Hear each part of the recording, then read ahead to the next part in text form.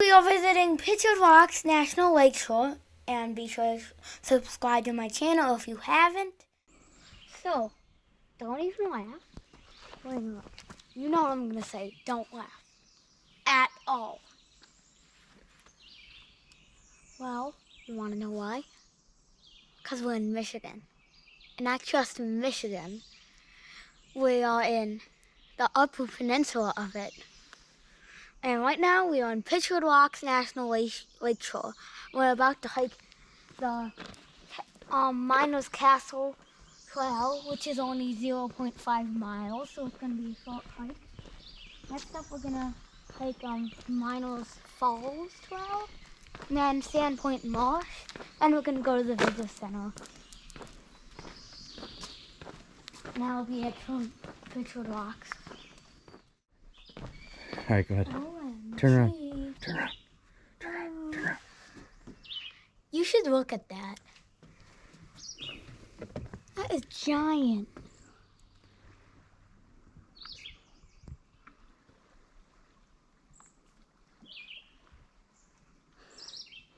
Well, I definitely thought that'd be a lot smaller.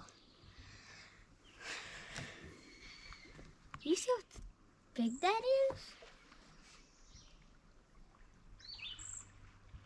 Oh, and look at the lake. It's Lake Superior. It's the largest of all the Great Lakes. We're gonna go walk to the lower overlook, which is 1,000 feet that way. And you can also see under there. Lake Superior Basin Geology. Bedrock in the lakeshore consists of 3 layers of relatively soft sandstone. It overlays 2-billion-year-old volcanic and metamorphic rock visible at the surface to the north and west. At Marquette, quartzite, diorite, and slate are visible. Iron, copper, and other mineral deposits are found in these ancient rocks. Glaciers transported rocks and sand found on park beaches from Canada some 10,000 years ago. Their origin was from the Canadian Shield bedrock on the north shore of Lake Superior.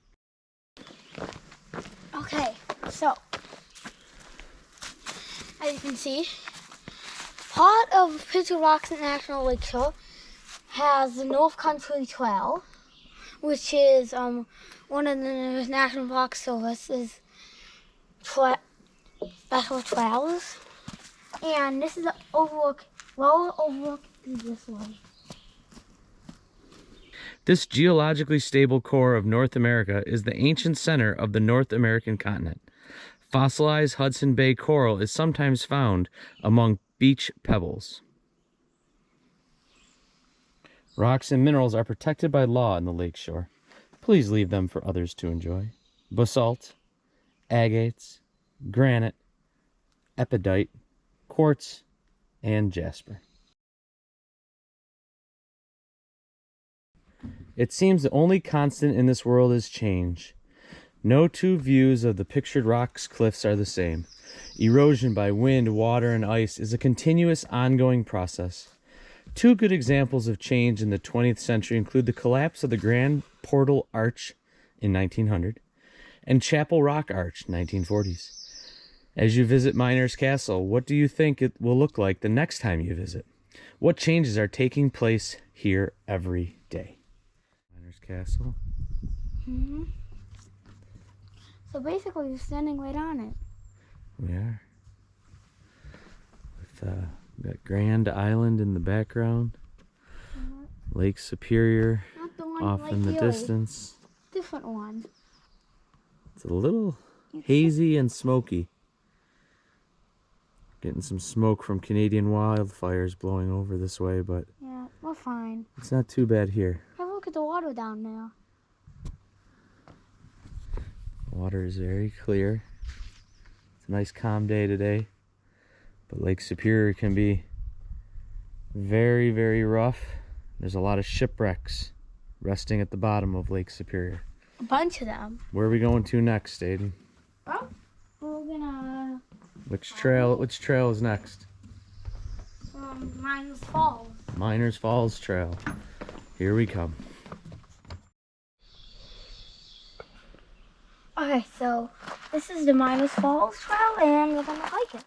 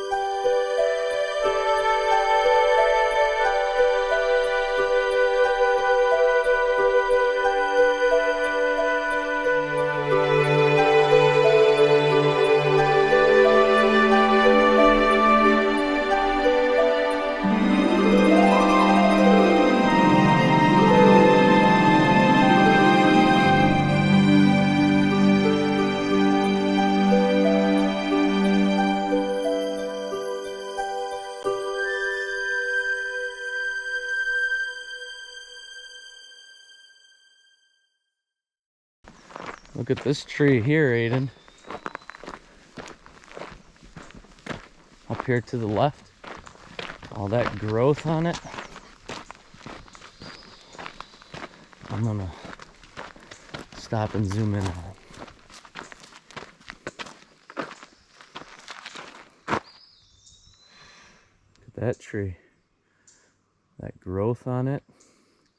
It's not healthy for the tree. You can see some dead branches at the bottom. Eventually that tree will come down as a result of that growth.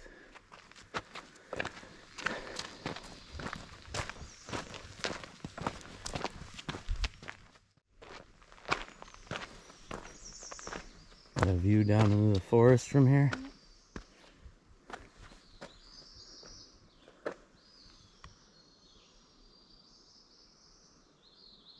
I hear water. Must be close to the waterfall.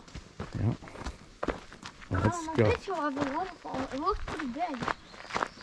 But that's why you can go. I don't know. It's kind of far away from it. Oh, it might not. It might be.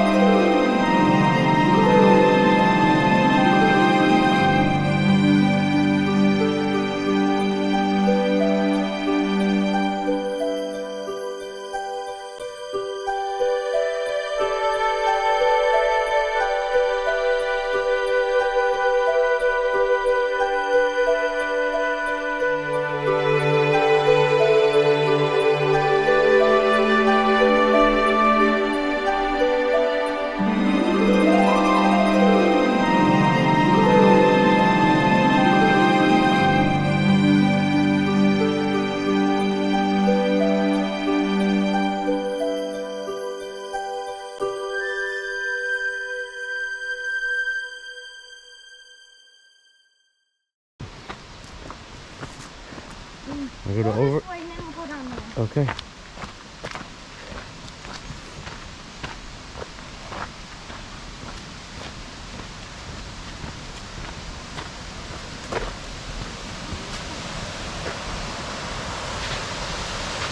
Not that good of a viewpoint, but you can see the other mountains from here. Not that good for the falls, but let's go down there. Trees have grown over the overlook. Let's go down there. Whoa.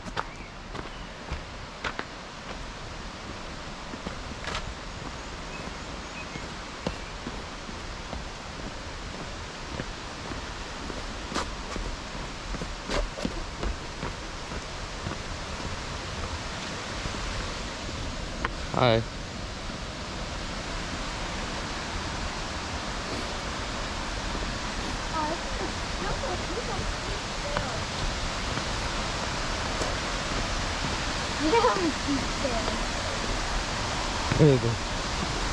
It's actually wet on the platform. Much better view down here. They probably had to build this on after the trees grew. Yeah, it's closer too.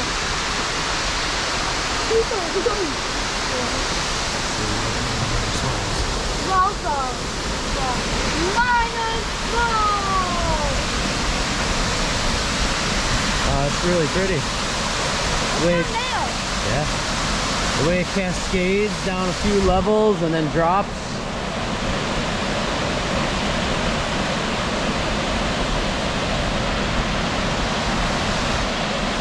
What do you think carved this little canyon?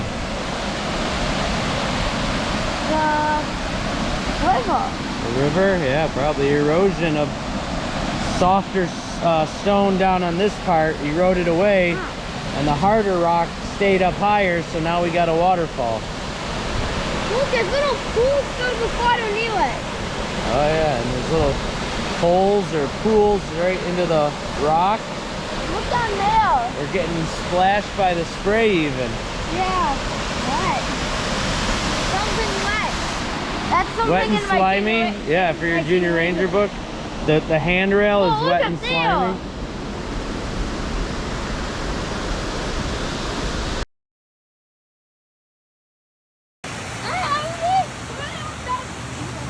Aiden's gonna get trapped out on Seagull Point. All these big waves. The waves. I had to walk across a little spot because the tides have came in. Well, it probably was the weather caused the water to rise a little bit and trapped us on one of these sandbars. Yeah, and then so Daddy had to walk with his bare feet carrying me. I had to walk Over it. barefoot and I carried And Aiden. now we might get trapped at Point Seagull Poop. We're gonna get trapped on Point Seagull Poop.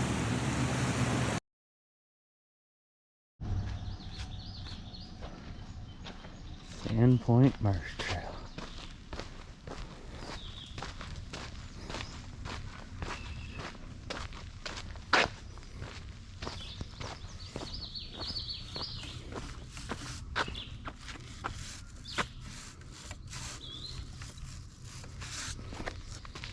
Using the boot brush. Yeah, to clean off the sand. And any invasive species that might have gotten onto your shoes.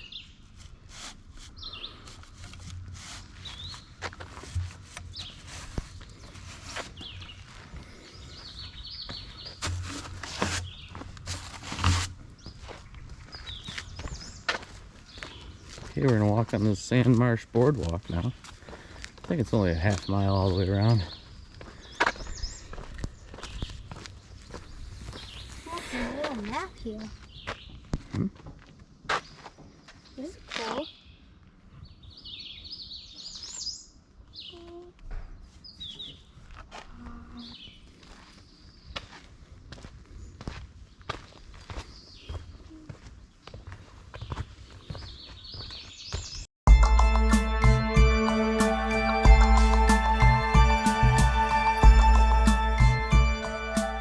Defined by water. The shape of the land and the flow of the water at this location create a unique mixture of wetland habitats. Over thousands of years, as sand blew in from Lake Superior, a series of undulating dunes formed. The lower areas filled with water, while higher areas stayed drier and eventually supported trees and shrubs. Marsh, poor fen, bog, and conifer swamp are all part of this wetland mosaic. The types of plants in each habitat are a good indicator of how much water is near or below the surface. As you walk the trail, see if you can identify the type of wetland you are passing through: marsh, poor fen, bog, or conifer swamp.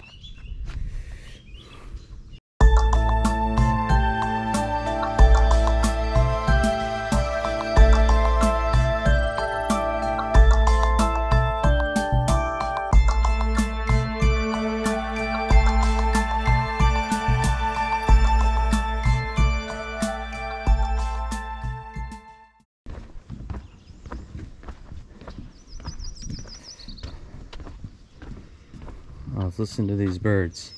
Common yellow throat from the wetland shrub habitat. These black masked warblers sing a sharp witchy, witchy, witchy.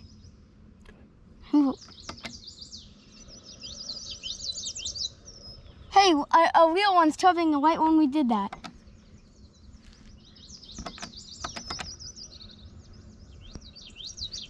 All right, what about the red-winged blackbird here? Over here. Perched among the cattails and rushes, these marsh nesting birds are easy to identify. The bird Okarii call is unmistakable.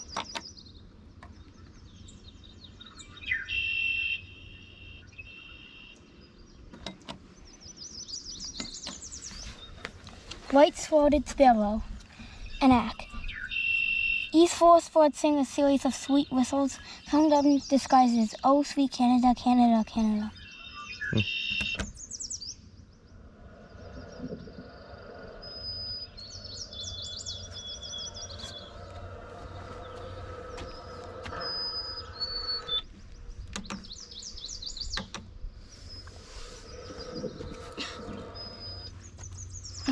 Northern spring people.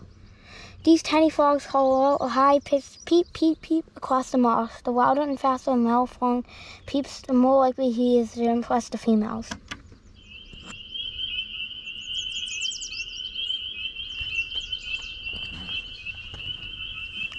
Northern green frog. In spring mating season, these large frogs sing a low-pitched plunking song like a plucked banjo string clung.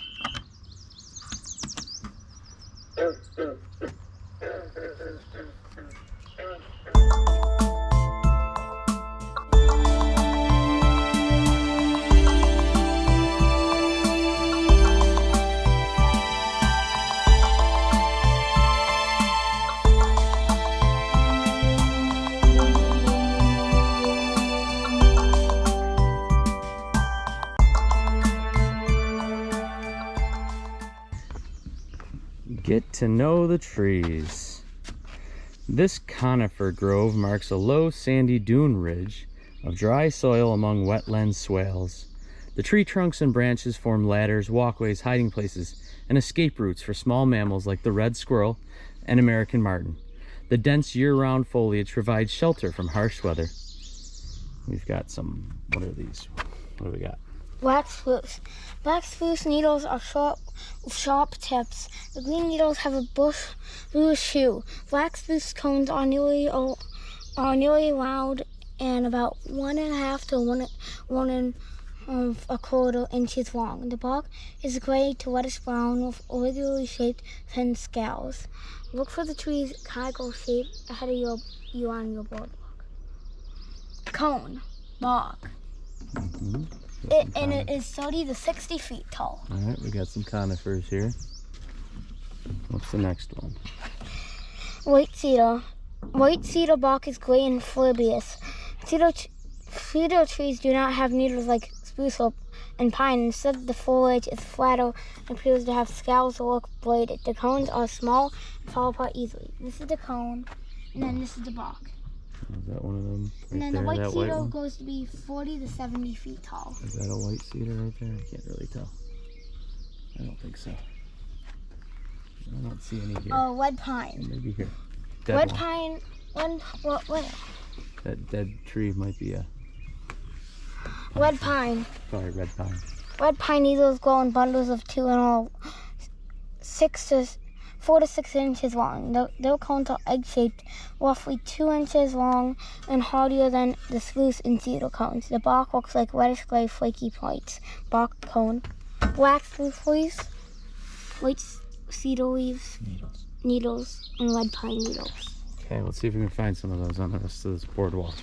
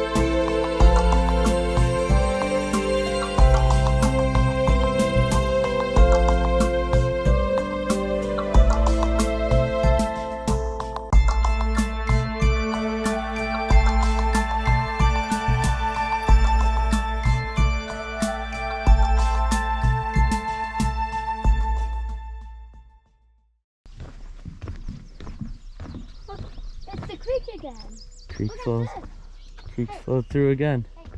Homeland. The Anishinaabe people have lived here for centuries. Despite colonization and forced removal from their homeland, their connection with this place endures.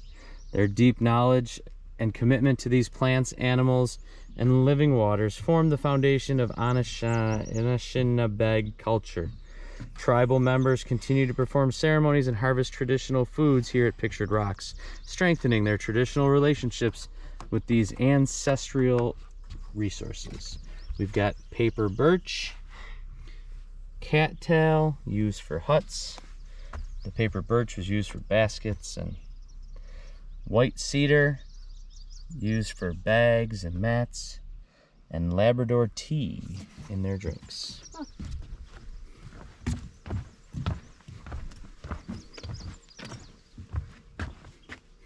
Oh, that leads right out to that pond out there, I bet. Maybe there's a beaver out there. Let's see what we can see up ahead.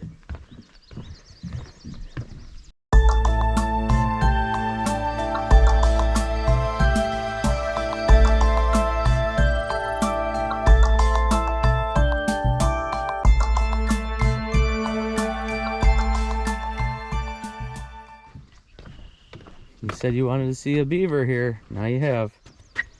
Aquatic engineers. Welcome to a world built by beavers. These large aquatic rodents shape water flow by building dams and runways, creating a network of ponds and channels. The engineered environment protects the beavers from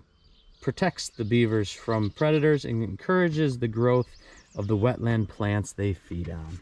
So the beaver's construction tools include sharp incisors, powerful jaws, nimble front paws, and a strong flat tail. Underwater entrances help keep out predators such as bears, wolves, coyotes, and owls. The sound of flowing water triggers the beaver's urge to build a dam. Look for sticks and small tree trunks with gnaw marks. These indicate that beavers are close by. Beaver build fortress-like lodges out of sticks and packed mud to protect and shelter the young called kits. Beaver, a Mick. I don't see any beaver huts at the moment, but let's keep walking.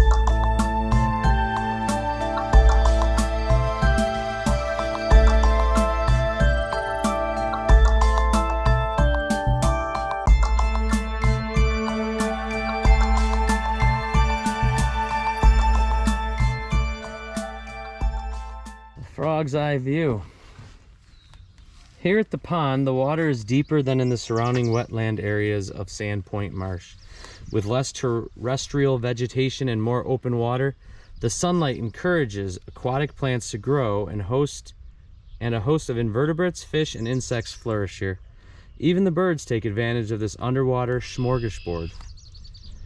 Take a moment and watch for movement, the glint of wings, shimmering ripples, a moving shadow underwater. This place teems with interconnected life.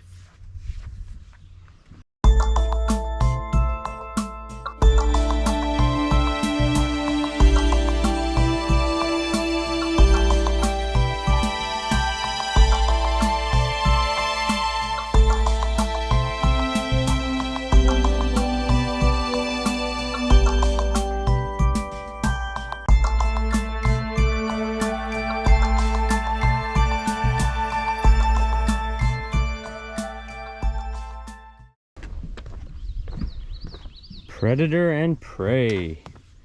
Though food can be scarce, many animals remain active in the winter. Some find shelter and food below the water. Others hunt above ground and in the snow. In the wintry landscape, the owl emerges as a stealthy predator. Equipped with razor-sharp vision, it effortlessly spots prey from above, while its acute hearing allows it to detect the slightest movements of small mammals hidden beneath the snow. Guided by sound, it skillfully swoops down to seize its prey, deftly using its talons even through the snowy terrain. Okay. What do we got there? Or snowy owl in English. What is it? Read it. Snowy owls are northern birds, but they can range far south in search of food. Their calling keeps them to blend in snow, they hunt. Yep, you won't see them in the snow, that's for sure. All right, we're nearing the end of the trail. I think we are ending the boardwalk. So that is the end of Sand Point Marsh Trail. And I believe this will be the end of our time here at Pictured Rocks before we head on to the next thing. Bye! Now you're gonna get your journal, your notebook, get ready for everything, and write down it in the next page. Today's word of the day is, you want to know what it is? Because this is what it is. It's a marsh! And so this is what a marsh is. It's a low-lying land which is flooded in wet seasons, often found at the edges of lakes and streams. The marsh we visited was next to Lake Superior in Michigan. Marshes provide habitats for many kinds of invertebrates, fish, amphibians, and waterfowl. Thank you for watching my videos. Don't forget to subscribe. Visit our online channel. You can buy lots of things on it. Or a journal. You can buy a journal on my online website.